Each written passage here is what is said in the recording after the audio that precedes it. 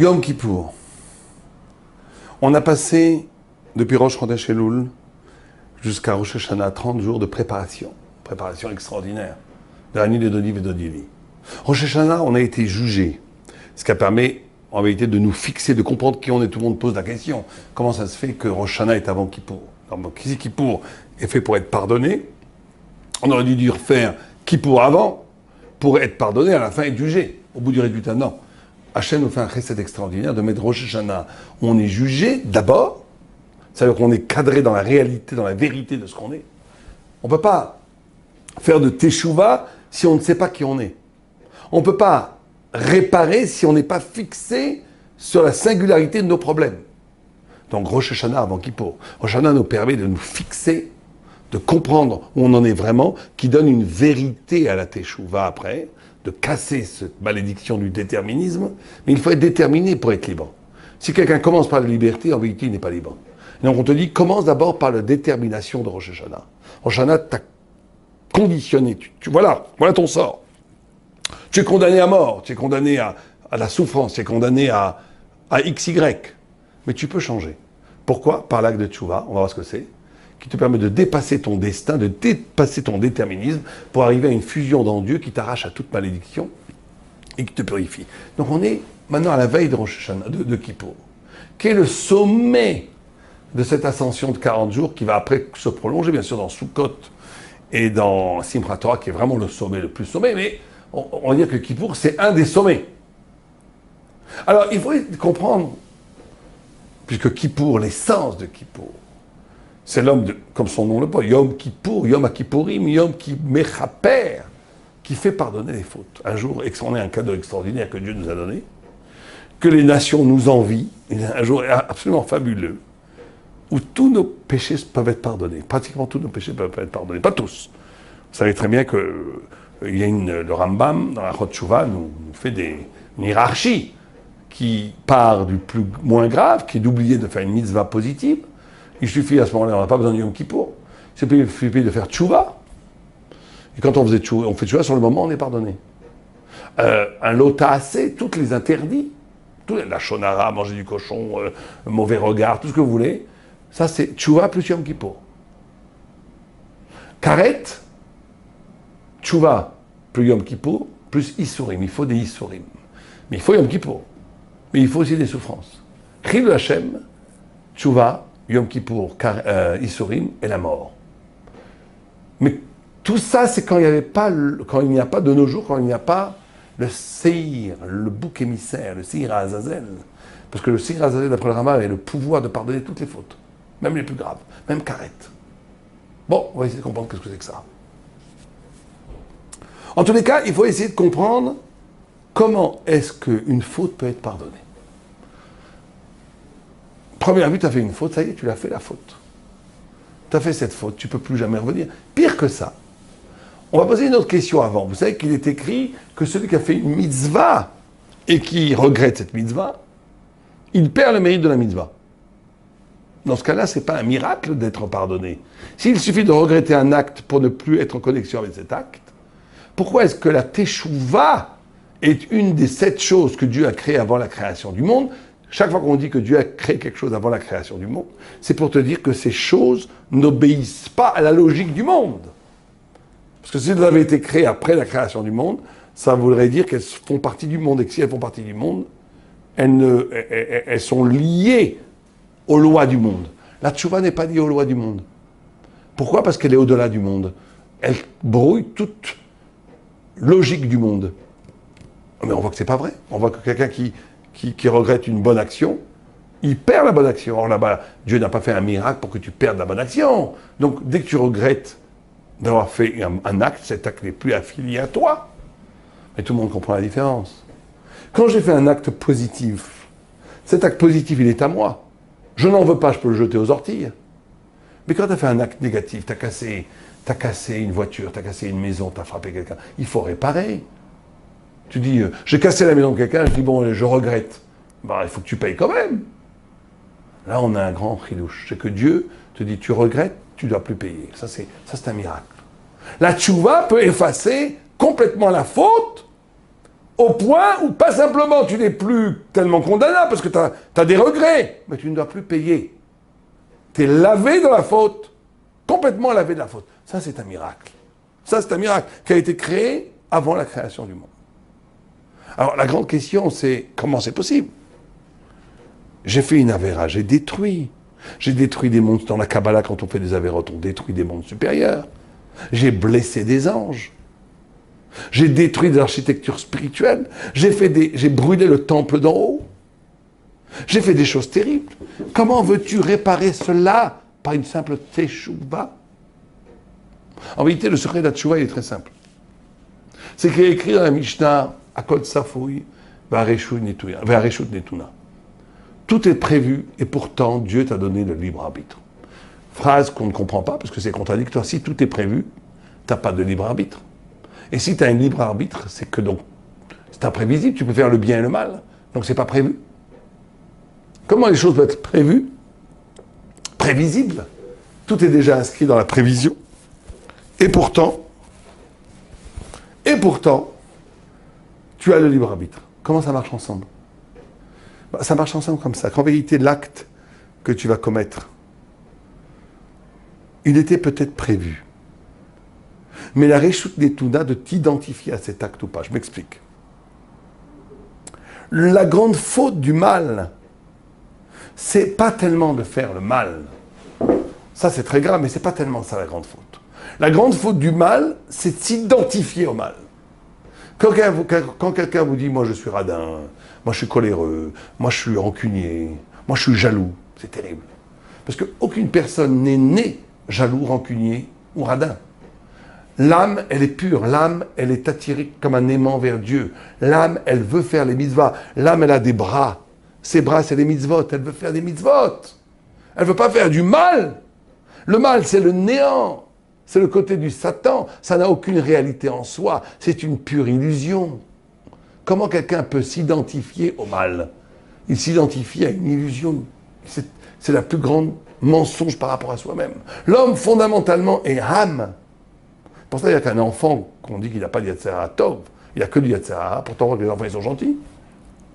C'est parce que quand il est petit, quand il est jeune, son âme est tellement forte, elle diffuse une telle force de lumière, que même s'il n'a pas encore de Yetzirah Tov, son Yetzirah est noyé dans la lumière de l'âme.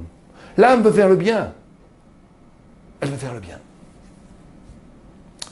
Et donc, la Teshuvah consiste à se définir à partir de son âme, pas à partir des actes négatifs qu'on a fait. C'est ça le début de la Teshuvah. Le début de la Teshuvah, c'est de considérer que les actes négatifs que j'ai faits, que les pensées négatives que j'ai eues, que les paroles négatives que j'ai dites, elles sont toutes quelque chose qui n'est pas vraiment moi-même, qui est une extériorité, qui sont ce qu'on appelle les clipotes, les écorces extérieures. C'est pas moi. Quand je comprends, et c'est pas évident de comprendre ça, beaucoup de gens se définissent à partir de leurs défauts. Ils se définissent à partir de leur échec. Ils se définissent, ils sont leur ressentiment, leur rancœur, leur colère, leur jalousie, leur mesquinerie. Et quand tu leur parles, quand un tzaddik les regarde avec un regard magnifique de lumière, et leur dit, tu sais que tu as une grande âme? Oh, tu regardes, ah, le tzaddik dit, j'ai une grande âme. Mais moi, je ne vois pas la grande âme, je ne la vois jamais, ma grande âme. Je vois que la petitesse de l'âme. Pourquoi? Parce que je me suis identifié à la mesquinerie de la vie quotidienne. Et j'ai oublié les grandes envolées de ma grandeur intérieure. C'est ça le plus grand crime contre l'humanité. C'est quand l'homme détruit sa propre humanité en s'identifiant à sa mesquinerie plutôt que de laisser déployer les grandes ailes de son âme. Le premier mouvement de la Teshuvah, c'est non plus se définir à partir de sa mesquinerie, mais se définir à partir de sa grandeur qui est son âme. Quand je considère les actes que j'ai faits négatifs, comme des actes de folie, où j'ai été kidnappé par toutes sortes de shigaon, de folie, d'influences extérieures, centripètes, qui tournent autour de moi, et qui m'ont rendu fou, et qui m'ont obligé de faire des choses qui n'ont aucun rapport avec moi. C'est pas moi. Allez, rétro-satanas. Dors! C'est pas moi.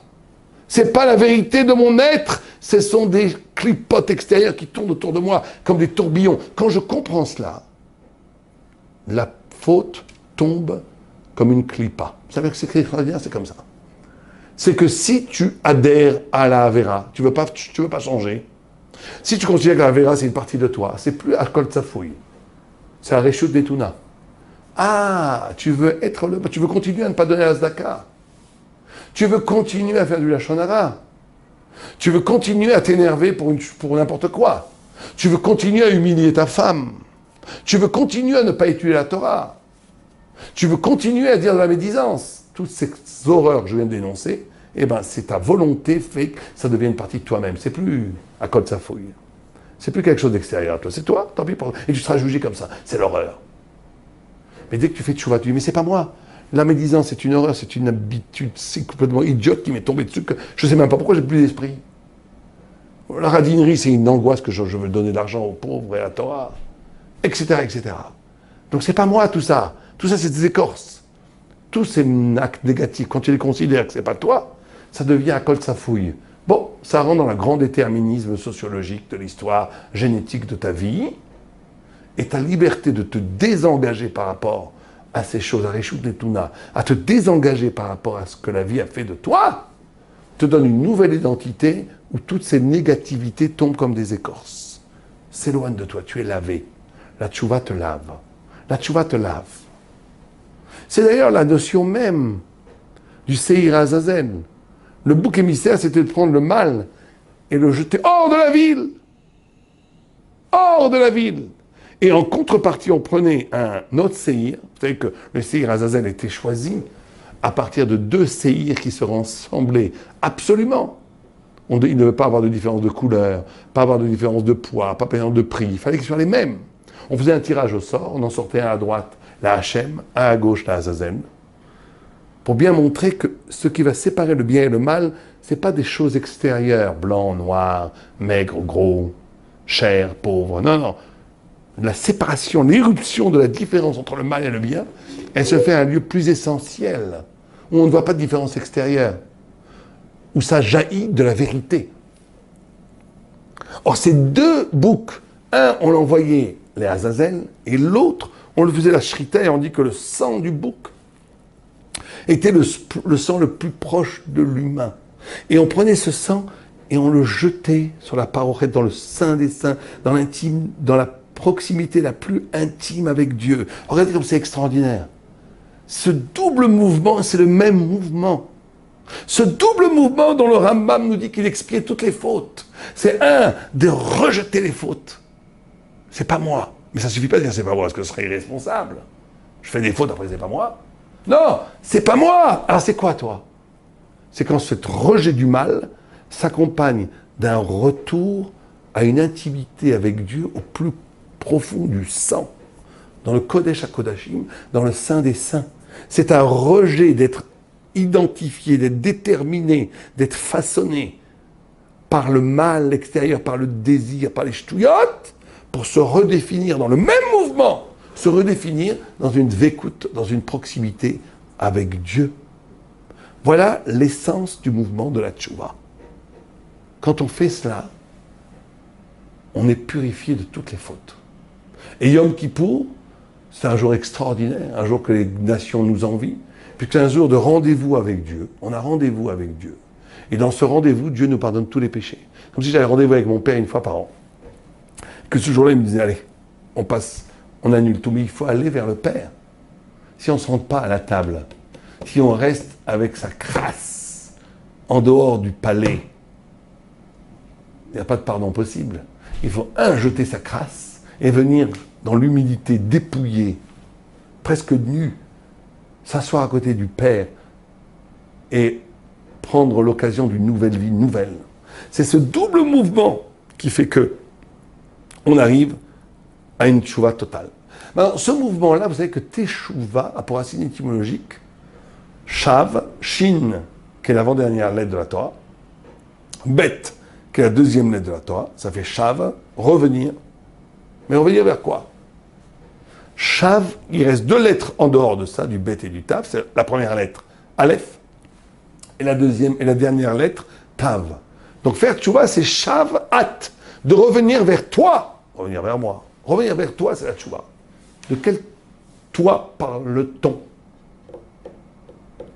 On parle Et ça, c'est une technique de tchouva. On parle d'un toi qui reste toujours fidèle à Dieu quoi qu'il arrive. C'est-à-dire que il y a même des grands gangsters. Vous allez leur dire, je vous donne 50 000 $, vous allez donner une claque à votre mère, il va vous tuer. Pas question. Le même, il va faire des avérotes, il va voler, il va frapper, il va violer. Mais donner une claque à sa mère, impossible. Une fois, Rav Kotler, il a rencontré un grand gangster à New York, qui parlait yiddish, et le gangster lui a apporté à manger. Il lui a dit, moi je mange cachère. Il a dit, tu crois que je mange pas cachère? Le même gars, il faisait tout. Mais cachère restait cachère. Il y a des gens, un homme reste un homme, s'il y a même au cœur de la faute, une part de lui-même sacrée, sur laquelle il n'est pas susceptible de succomber pour aucun prix.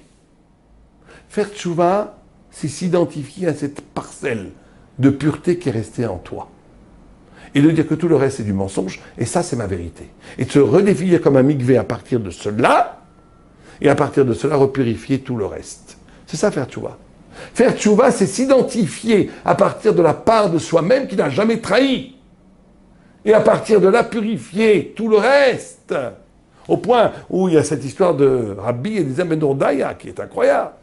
Un homme, bon, on n'a pas le temps ici de raconter tout, qui faisait toutes les avérotes du monde, et qui à un moment donné a fait tchouva et qui est mort. Et Rachid dit, pourquoi il est mort? Pourquoi il est mort? Il a fait tchouva, et à ce moment-là, on a dit, après sa mort, on dit, Mouzman, Rabbi Eliezer ben Dordaya, Bechaya Olam Haba, il est monté au Olam Haba, pur. Il a fait une tchouva totale, mais il ne pouvait pas vivre. Pourquoi? Parce qu'il n'avait pas où revenir. La part de lui-même qui n'avait pas trahi n'existait pas. Il avait tout dans sa vie, il était prêt à tout trahir pour faire la Havera. Il a fait tchouva à partir de son âme, et tout le reste est mort. Et il est mort. Mais Baruch Hashem, la plupart des gens ont quand même une partie en eux-mêmes qui est restée pure, quoi qu'il arrive. Une partie en eux-mêmes qui n'a jamais trahi. Faire tchouva, c'est revenir vers cette partie pure, s'identifier à partir d'elle, et dire à partir de maintenant, tout le reste de mon existence va être à l'image de cette part de moi-même qui ne trahit jamais, fidèle à Dieu, tout mon être va devenir fidèle à Dieu. Quand on est capable de faire ça, on est dans la tchouva. Et le Yom Kippour, c'est le jour sublime de la tchouva. Pourquoi? C'est le jour où dit Rabbi Akiva, Ashrechem Israël. Heureux soyez-vous Israël. Lifne mi atem etaharim, devant qui vous allez vous purifier. Lifne mikve Israël, Akadosh Baruch Hu, devant le pain purificateur d'Israël, Dieu lui-même. Et là, il faut savoir que dans le Zohar, il y a des fautes que je ne veux pas nommer ici, mais certaines fautes où la tchouva ne sert plus à rien. Et autre part, il y a écrit que la tchouva pardonne tout. Contradiction. Mais en vérité, il y a deux sortes de tchouva. Il y a une tchouva prinat malchut et une tchouva prinat keter. Une tchouva prinat malchut, c'est le kavod Hashem. C'est quand quelqu'un fait tchouva, il amène de l'honneur à Dieu. C'est la parabole d'un homme qui tous les jours vient s'incliner devant son Seigneur. Et il y a Robin des Bois qui lance des flèches, le révolté contre le roi. Le jour où le révolté vient devant le roi, il dit pardon, s'agenouille devant le roi. Ce jour-là, le pauvre gars qui vient depuis 30 ans tous les jours s'agenouiller, il ramène pas, personne ne parle de lui. Le gangster qui s'agenouille devant le roi, tout le monde dit ah, même lui a fait tchouva.